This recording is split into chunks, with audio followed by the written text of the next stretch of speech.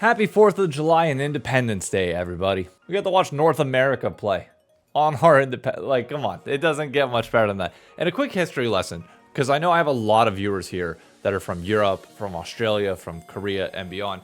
So, in the American flag, fun fact, today's the 250th anniversary of our country. Some of you might not know this, but there are 50 stars on the flag here that represent all 50 states.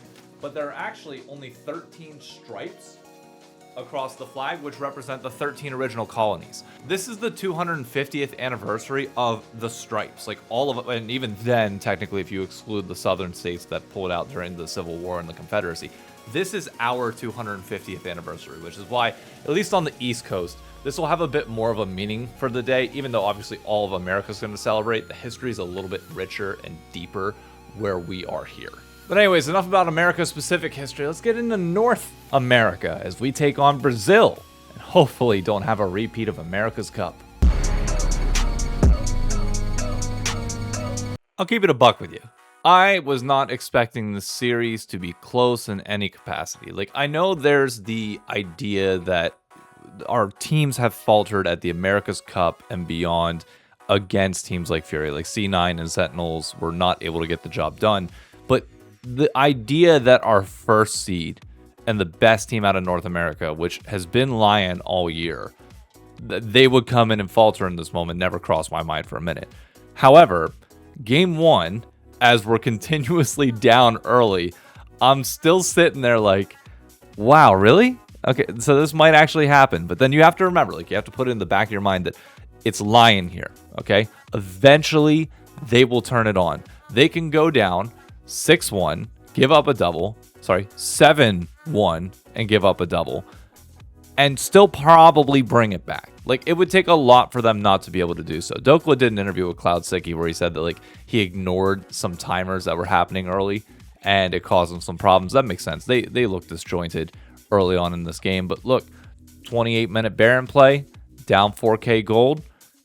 I'm not going to assume that Lyon's out of it. Why? Berserker gets a shutdown. That's 2 kills.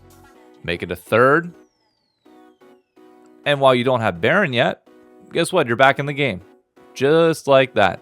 Saint Syndra was a little bit hit or miss at the beginning, for sure. Like, the solo lanes did not start this game all that particularly well. But Berserker and Inspired have this canny ability to make sure that you can guide the game through even its roughest states to make sure you get back into a reasonable spot. Berserker lives with a sliver of health here, and yet game's still on. Okay, it's still down 2.4k gold, 36 minutes in, but that's kind of irrelevant by this point. Like, that's a close enough differential that you can just outplay fights, especially when you have an Ezreal and you have this Nico that can have some pretty clutch ults at the end. But again, it was mostly Jarvan and Ezreal doing the work here. Baron for Furia again. I don't even know how many Barons they got in this game, but it was crazy. But look, it all comes down to an Elder fight. And if you can win the Elder fight, you can win the game. But would they win this one? Kiting back from the Sion. Sion's doing a good job of frontlining. And Syndra somehow gets it. Of all the people to get it, Syndra gets it, Nico clutch ult in the back, and then that's just going to be a wipe, and it's done. And the game's over, just like that. Like, that is the Lyon special, that even when they are down that far, you can still count on them possibly coming back because their team fighting in macro is pretty decent. And this also isn't the LCK or LPL yet. So, luckily, able to hold off on that one, win game one. Can't complain. Nice little kill at the end. Game two. More of the same. Like 0-2 to start, make that 0-3. I'm loving the Camille pick as it's coming out in, like, for all the teams. Like, it has become a staple support pick this tournament, and I absolutely love watching. I don't love watching us in on it though. I'd be lying if I said I did. But a little bit earlier of a fight back this game. Like, it took until later in game one. Game two, we started pulling it back pretty quick. And the gold lead would kind of swing back and forth. It never really got out of hand early on. I mean, we're 22 minutes in, and that's still within 1,000 of itself. And Fury's going to get a good dive. They're going to keep going, but it's not great. But it's also not enough to really separate themselves. And look, Baron fight again. The Camille locks down, gets a kill in combination with Berserker and Ziggs. Ziggs being a pick that I honestly would not assume with Berserker. This meta so far this tournament feels very kind of against Lyon, if that makes sense, because you want Berserker on the hyper carries. It feels like the ADC hyper carries are not the focus at the moment. But look, Spire gets Baron. Now we're ahead again, and Lyon with a team fight comp that's ahead.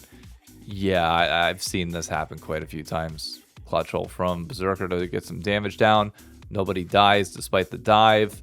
Galio's going bot, and you just clean it up. And the team fighting from Lyon, whenever it came to these mid-game fights, just clinical. Exactly what you need them to do. Again, still messy at times, but like the overall macro of the moment, they're meeting it.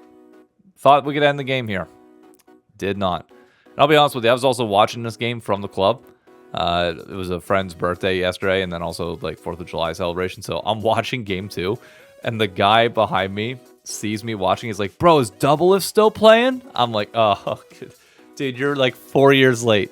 He's retired, man. He's done. He's like, what about I'm a cutie pie? I was like, even further, man. Like, you're not going the right way in terms of the timeline. So I used this moment to expand the names down below and say, do you recognize any of these people? And he recognized Dokla. He's like, Dokla rings a bell. But that's the only one that he could identify. So, hey, something's better than nothing. That was cool.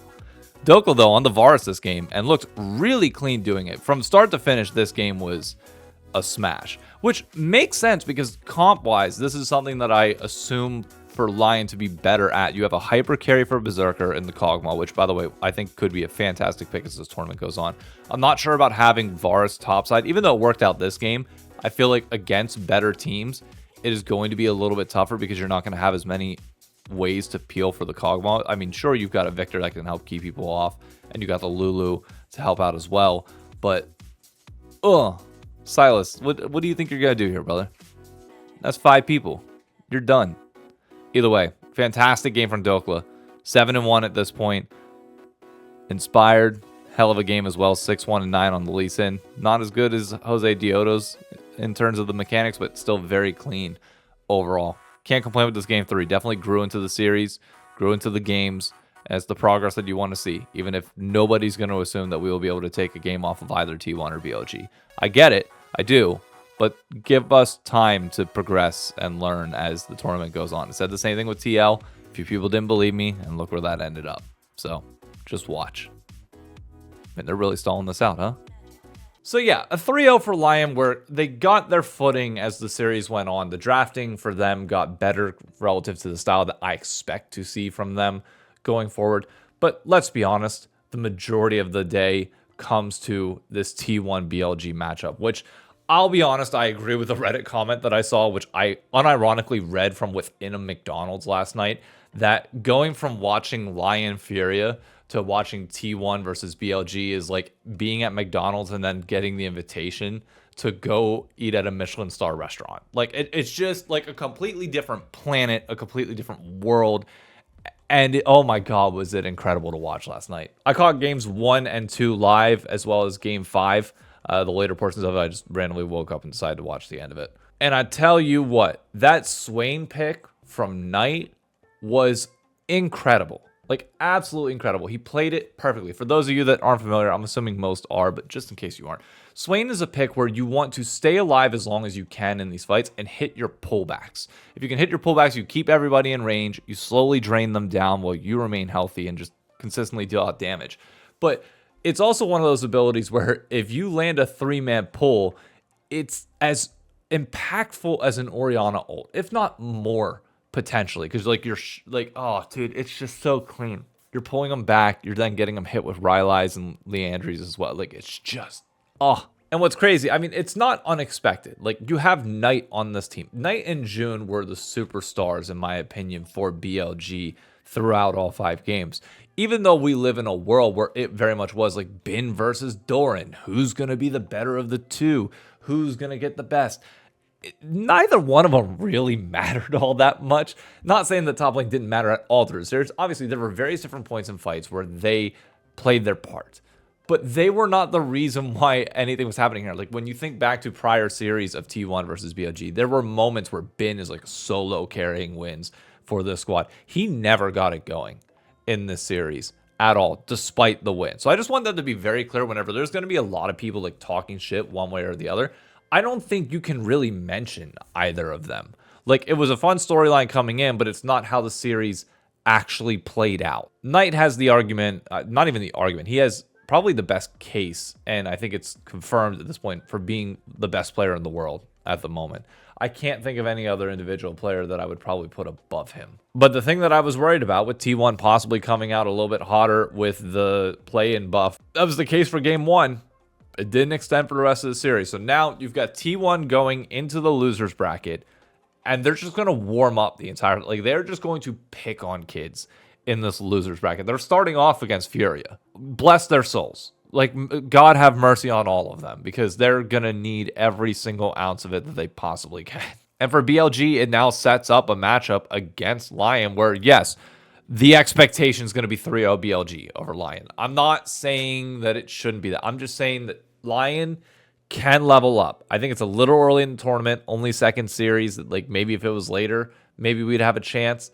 I think you're crazy if you're picking Lyon over BLG on this one, but I weirdly think that, like, we will elevate to meet the class of the team that we're playing against. At least that's my hope, and that's my, like, faith in Lyon. They're not out by any means. Again, if we lose this, we likely go to the other side of the bracket to then face top, so it'll be a back-to-back LPL combo if you win or lose. But either way, we got the win that we needed to, and tonight, the biggest headline that we are going to see is G2 versus Hanwha Life. Hanwha Life, not entirely untouchable. Like, I know they looked fantastic in their first series. It's very hard to gauge TSW as a team and their relative strength, but I'm not expecting G2 to lose this series 3-0. Like, I'm expecting Hanwha Life to win, to be very clear.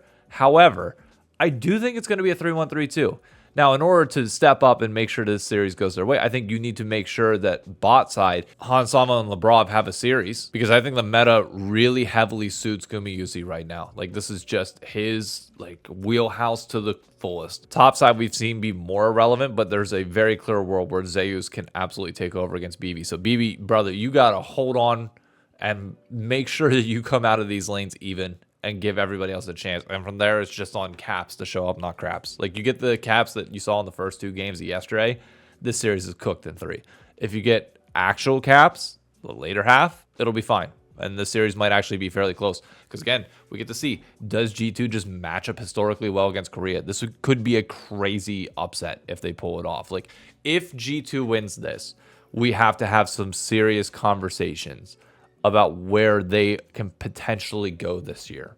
Now, BLG will be like a monkey over it, and let's not, save it. I'm getting too far ahead of myself. I am just really excited to see how this goes tonight, because I think this is going to be the true sign of where, 1, Korea's at as a region, but 2, is G2 at that level? Are they back at 2019 form? And getting to a winner's final at MSI would slam the door shut on that case for me. The only 2 other things that I'll note in this particular section, or like to close out this video, are just like general league related. First, if you noticed that ranked 5s were live on Thursday night, yes, they were. It accidentally went live. I saw Drew Levin being like, "Are you sure?" And yeah, it was in fact playable and live. I had a friend text me. I was doing content with Dignitas and helping with their Dig Deep series for an episode. And a friend texted me, he's like, "Yo, I need an ADC for 5s." I was like, "Brother, what are we saying here? What do you mean it's Thursday?" And I look it up, I was like, son of a bitch, it's actually live. Damn, I missed it. But I want to get your thoughts, like, now that we're in the second weekend of ranked 5s, how are you feeling about it? Like, I've personally been enjoying playing ranked 5s and then watching MSI on the side. Like, it feels like classic old esports, especially when you have a group of 5 guys together. But I do want that club feeling. Like, you need clubs back in this game. The social dynamic and social element of this game is severely lacking compared to what we talked about in that show. Like, Halo 3, you used to be able to put, like, clips and pictures and, like, your montage moments and your rank. Like, everything was available on your profile. Like, you got a sense of somebody's individuality and personality and, like, who they represented when you looked at their Halo 3, like, homepage or, like, their profile screen. I need that feeling back in League. And the first easy step to that is getting clubs or teams back for ranked 5s. Like, I need it so damn bad, because it makes it feel like you want to get on every weekend to help represent your squad. That's all I'm saying. But I want to know your all thoughts. Have you been playing much while you've been watching MSI and doing all this for North America, for Europe? I know it's different time zones, so you should be able to enjoy them independently, but this is for my NA folks. Anyways, that's going to be it for me. I got to prep. We got friends coming over for the 4th of July to celebrate. Happy Independence Day for all my U.S. citizen. Happy Independence Day for all my Americans out there. For everybody else, have a great day in general. Hope you make the most of it. Enjoy your Saturday, and I will see you around. Be sure to like and subscribe on the video down below. Hit that button, turn that bell on for notifications. Thank you. See you.